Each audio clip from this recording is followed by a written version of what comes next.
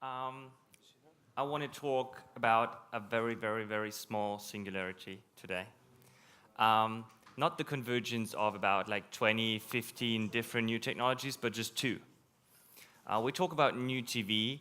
There are very different aspects. So one aspect, for example, is now I can check into my movie, or I can check into a series or a show whatsoever, and I can chat with people whatsoever, which is the social aspect. Then we have the aspect of my TV becoming more and more intelligent. Now we have these connected devices, connected TV, which is more different kinds of content actually. But what we also have is we're using these kinds of devices as TV today. You know, we have companies coming up like Zatu and some others. We have mobile streaming. We have things like downloads and download to own on those devices. So basically the question is, what happens if mobile and mobile devices and TV now come together and converge? So I think this and also the upcoming bigger version, end of the year, by the same company, probably, will be the best TV we'll ever had. So it's not just the best TV for me, because I can carry it around, it's very light, it has the best screen ever, it's more than HD whatsoever, but it's also a personal device. So basically, for the first time as a TV company or as a company owner, I have a direct connection to my viewer. You know, like, if you look at the stats, how they are collected or how they have been collected in the last years, or in the last decades, it's like, you ask 5,000 people, what do you watch? And then you extrapolate, and then you think, maybe 20% watched X and 5% watched Y. But now we actually have, but now we actually have those devices, and we have a direct connection to the user itself. So the question for me now is, what is mobile? We always talk about mobile, so is this a mobile device, or is it a mobile use case, which is a completely different thing? So is this mobile? I'm not sure, that can be at home. So maybe it's mobile because it's not on the wall, it's on the floor, but basically this is not what I mean with mobile. Is this mobile? No, I think it's still in the living room. It's the mobile device, but it's still not mobile. This is mobile. Because now we actually say, we have a mobile device and we are really in a mobile environment, which means we use the mobile network, which is what we think is mobile. So some real-world results of a mobile TV trial we did a few months ago in one of our countries. As you know, I work for Deutsche Telekom, and we have some countries in this European continent where we have operations. And in one small country, we actually rolled out a closed trial of a full-fledged mobile TV service. So we actually gave a few thousand people apps on the pads, on Android and iOS, on small smartphones, on PC and Mac, and we said, do as much as you want with it. So we had HD channels, like we had sports, we had the classic news channels, we had everything there. We had VOD content and different stuff. And what we just said, use and ease as much as you want, and we wanted to find out what people actually do with that. Because there are people that say, TV is something for home. Or if I'm on the go, I have my movie downloaded from iTunes and I'm fine with that. So there's a lot of hypotheses around it, but actually no one really knows how it works. So result one is they used it, which is a very good result, because sometimes it could be the case, you give something new to people, and then you have these dinosaur, it's like rolls up and then goes down, and then you have the long tail, and they never use it again. So actually what we found out was, in the beginning they used it a lot, and then they thought, but when I'm on the go, it's going to kill my data plan or whatsoever, and I don't really want that. And then they found out at the end of first month, there's no extra cost involved. And it spiked, it's like exactly it spiked without an event, and they just used it more and more and more over time, with more features coming up, like a network PVR, where you have a TiVo in the cloud, and you actually can download all this stuff when you actually want it. And it grew and grew and grew, and the usage grew. So first of all, mobile TV is something that people seem to like. they loved it. You know, we asked them afterwards, you know, what did you like? Would you buy it? Would you recommend it? What happens if we shut it down now because the trial is over? And everybody said, you know, please do not do that. So basically, it's not something that they used, but also they loved it. That was really interesting. 90% of the time, they watched live footage. And I mean live, not TiVo, not like time shift, not VOD. They watched live. So we were like, oh, we thought it would be the other way around, you know. Actually, I TiVo the series from yesterday or the Tonight Show and then watched it while commuting. No, it was not the case. You know, they watched live. And actually, like, when I traveled back from this country and I was in Frankfurt at the lounge, there was actually the European Championship soccer game going on. And Lufthansa had a great idea of displaying Deutsche Telekom advertising on this TV screens instead of the European Championship. And we all were like, you know, guys, no, it doesn't work that way. So I put out my iPad and put it on one of the tables. And like 5 minutes later, we were like 12 guys sitting around my iPad watching like Ukraine versus England, I think it was that match. So basically, they said, you know, I have this Zatu thing, you know, which is a small startup, you know, it's like they have some technical hurdles, you know, it's like they are here.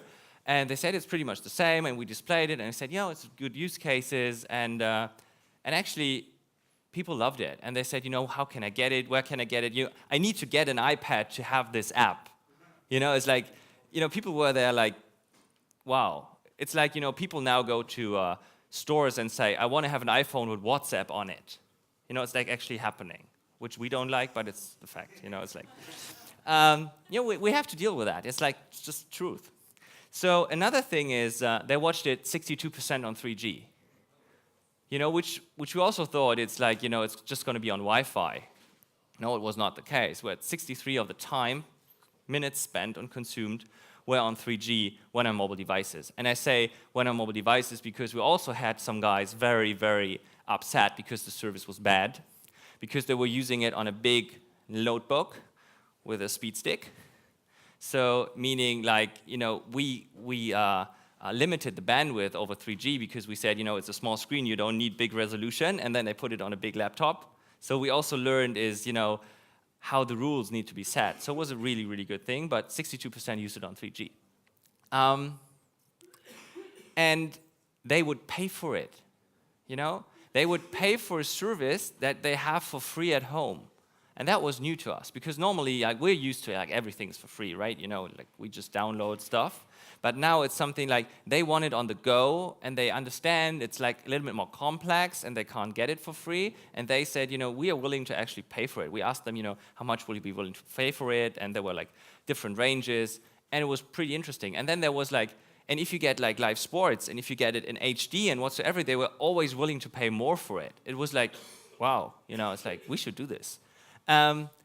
Which is good news, I think, because quality is then appreciated. So what is really new with TV or net TV or mobile TV or digital TV over the open internet? So first of all, we didn't, very important, we didn't deliver this over our closed managed network. We delivered it over the open internet. So which is demanding, because in normal IPTV business, you control the whole like value chain, and it's much easier to have quality of service. So we delivered it over the open internet. And what's really new now in the economics of TV is that a new channel costs almost nothing. So if you want to have a new channel on a satellite, wow, you know, come up with a big check and then we start talking. But now if you want to do an extra channel, which might be a channel for poodles or a channel for kids in the age of 7 to 8, which are blonde and, you know, like, I don't know, doing Sudoku, I don't know. You can do a channel for basically everything for almost no cost extra involved, which, you know, gets into this space of, you know, everybody's broadcasting again. So it's something like YouTube meets Twitter meets TV now. And now some old news, right? It's old news, a little bit weird, but it's actually the case. So traffic explodes exponentially. We know this, right? So this is the amount of German smartphones and tablets. You know, we are about here, and like in 4 years we will be here, so we'll be more and more and more, which is good, so we have more consumers and blah, blah, blah. So from a traffic perspective, it's like, you know, zero 0.6, what is it? You know, monthly gigabyte per connected device. It will be much more. And I'm not sure if mobile TV is already in here. But that's no problem so far. But if we look at today's consumption of tablet traffic, it's 91% of the iPad, which is the prevalent device, is on Wi-Fi. So it means we have all this traffic, but it's more or less all on Wi-Fi. It's not mobile. It's on a mobile device, but it's not on mobile. So now we come up with this heavy use case, but on mobile networks. So, yeah, sure, you know, this is why we build LTE, and like everybody is now doing LTE, you know, that's the reason for it, right? So this means we have tablet with all those high-speed connections, and no Wi-Fi is necessary anymore, and most traffic will be mobile in the future, because this is what we say, you know, basically a mobile device will be the first internet connection of many people, and so on and so forth. And this means for mobile data plan, for my mobile data plan that I have today, mobile TV means this, right? No chance. Like really, you know, do you have an idea how much traffic live TV in a decent quality produces? I made just a small calculation, right? So this is 1.2 megabit per second, this here. It creates about 1 gigabyte of traffic per hour, right? So 2 hours of an HD video will, like, which is really HD, which is not 720, which is really HD, will create about 10 gigabyte of traffic, right? Which will mean my normal standard 1 gigabyte data plan is eaten up in what, half an hour? Wow, great movie, you know, finish it at home, you know? Or you can buy the movie for like $4 at iTunes. So the first movie cost you $4, the next one cost you $40 because you have to get another data plan. Anybody thought about this before? Some did.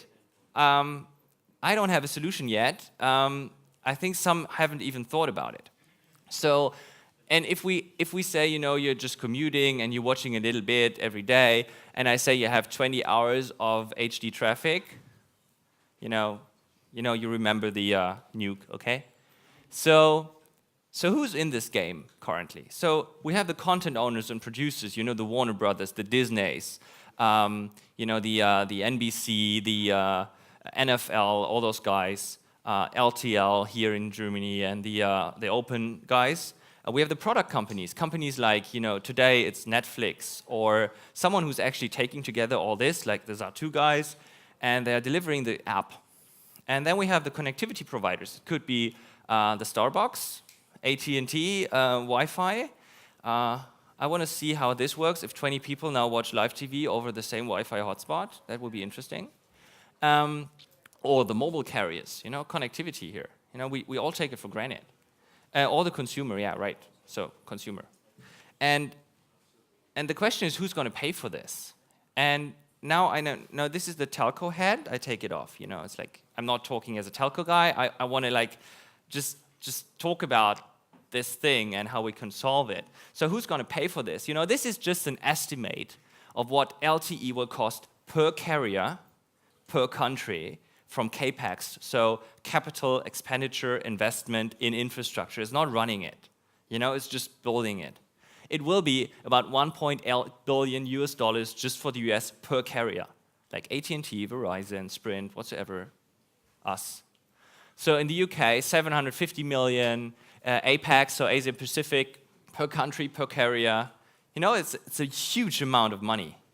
It's really a huge amount of money that needs to be invested and somehow be refinanced.